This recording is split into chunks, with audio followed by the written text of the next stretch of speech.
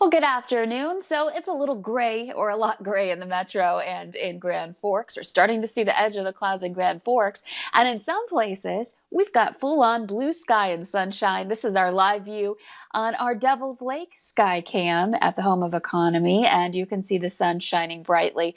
And we'll continue to see those clouds clear as we work our way through the afternoon hours. So some more of us getting in on that sunshine as well. Camera jostling just a little bit. We do have some wind kicking in behind this cloud cover. Here's a look at the latest. I've got our visible black and white satellite loop going here, and you could see there's a big bank of clouds right over much of the valley. Fargo's in the thick of it, so is much of northwest Minnesota in our viewing area. But you can see the clearing happening in Devil's Lake and Langdon. The clearing line has moved through Jamestown, and we'll soon see all blue sky along Highway 281.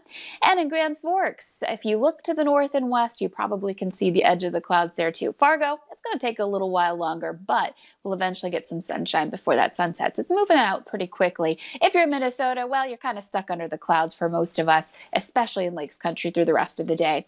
That's also where temperatures are a little bit cooler. We're into the mid to upper 20s to about 30 right now there. Elsewhere, where we're to the west and even for some of us up straight north in the center part of the valley like Hallock, we're into the upper 30s. So really mild in that area. Fargo's at 31. It's 37 in Grand Forks. Our winds, I mentioned a little blustery in Devil's Lake and Langdon. We've got a gust of 30 right now in Langdon. Otherwise, it's fairly light here this afternoon with variable winds. Gradually, though, we're looking at more of a westerly or northwesterly wind heading into tonight. So we'll watch these clouds just kind of drop their way to the south and east. Eastern North Dakota, extreme northwest Minnesota, getting to see that sun before it sets here during the 4 o'clock hour today. And that will, again, help temperatures, but also in general, we've got that warmer air to the west. Temperatures a few degrees warmer than they are now.